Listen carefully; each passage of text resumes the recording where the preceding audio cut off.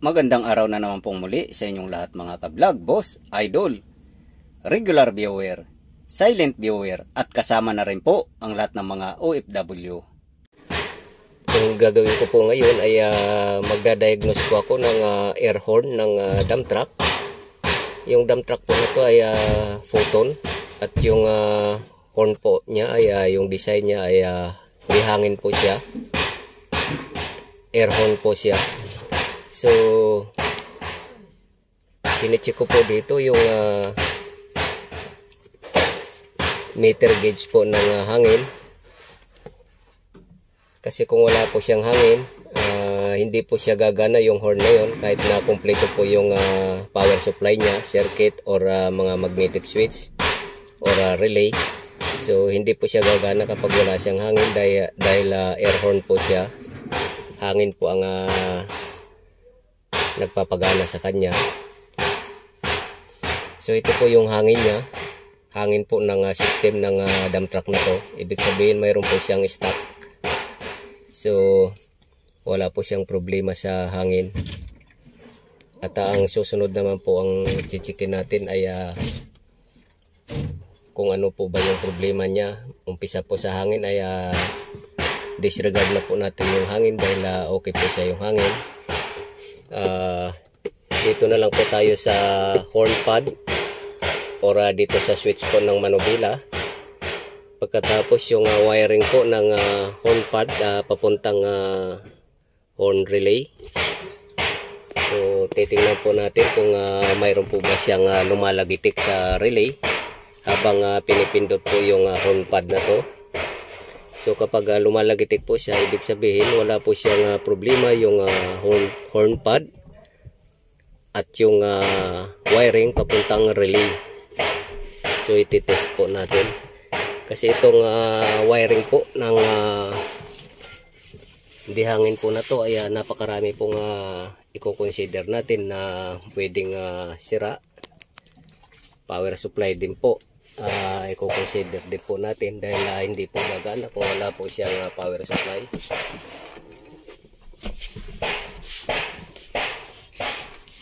So aalamin po natin dito kung mayroon po ba siyang lumalagitik dito habang pinipindot po yung horn pad na to, hindi sa manubila.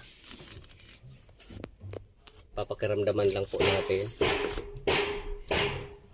So habang pinipindot ko po to, dapat po mayroon lumalagitik sa relay. Yan.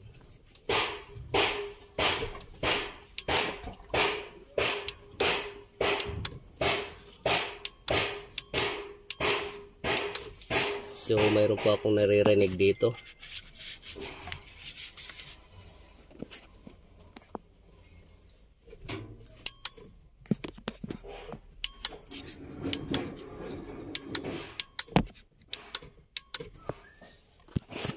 So ito pong relay na to. Ito po yung relay ng horn po ng sasakyan na to. So ibig sabihin po ay okay po siya. Magmula po doon sa horn pad o sa manubila ay habang pinipindot ay pumipitik po to. Nagre-response po siya. Ibig sabihin okay po itong relay na to. So titingnan naman po natin ang susunod na titikin natin ay yung papuntang magnetic switch po doon sa horn, doon po sa baba, para malalaman po natin kung mayroon po bang nakakarating. Kahit na okay po kasi to, kung yung output po ng relay na to ay may sira po yung wiring po papuntang horn. So hindi rin po gagana yung horn na yun kasi mayroon po siyang pagaganahin doon na para mayroon pong dapat makakarating na kuryente doon para gumana po yung horn doon. Yung magnetic po kailangan mag-open po siya. So double check lang po natin.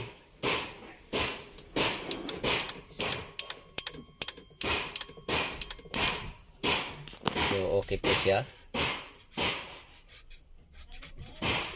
Wala po siyang problema. Ibig sabihin po yung power supply po, yung kuryente ay wala po siyang problema dahil pumipitik po to. Dahil kung wala pong kuryente, hindi po mag-activate itong relay na to kasi kailangan po niya ng positive power at saka negative power para mag-activate po itong relay na to. So kukunin ko naman po yung output po ng relay na to na galing po doon sa magnetic switch po ng horn, para malaman ko po kung mayroon pong nakakarating doon. So doon na po natin ma-identify kung ano po yung sira, wiring po ba o magnetic switch po ng horn. So aalamin po natin.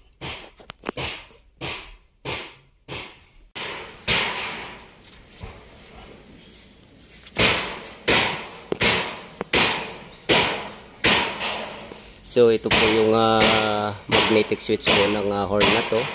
Kung napapansin nyo po, ayan po yung horn, yung kabuuan. Ayan.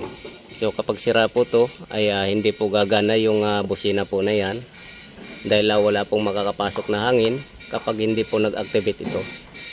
So ito po, kukunin po natin itong power supply po, output ng galing po ng horn relay, para malaman po natin kung may nakakarating po na kuryente dito habang pinipindot yung horn pad.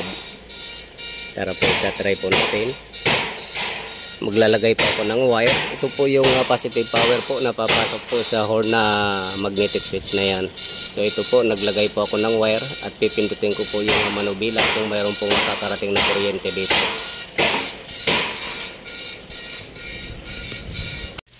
So ito na po yung wiring po. Itong wire po na temporary pong kinonect po natin doon sa may horn magnetic, para malaman po natin kung mayroon pong nakakarating na kuryente doon. So pipindutin ko po yung horn pad dito at papakinggan po natin yung relay na yan para malaman po natin kung mayroon pong nakakarating doon na kuryente. At ito na po siya, test light. So habang pinipindot ko po itong horn pad na to, ay dapat po iilaw po yan. Ibig sabihin, mayroon pong nakakarating na kuryente doon sa magnetic switch po ng air horn. So kapag umiilaw po to, ibig sabihin sira po yung air horn. Hindi po sira yung relay, itong magnetic, itong relay po ng busina at itong switch po. So yun na lang po yung aalamin natin kung alin po ang sira, wiring po ba o yung magnetic. So start ko po pipindutin to, papakiram naman, titingnan po natin kung umiilaw po yan.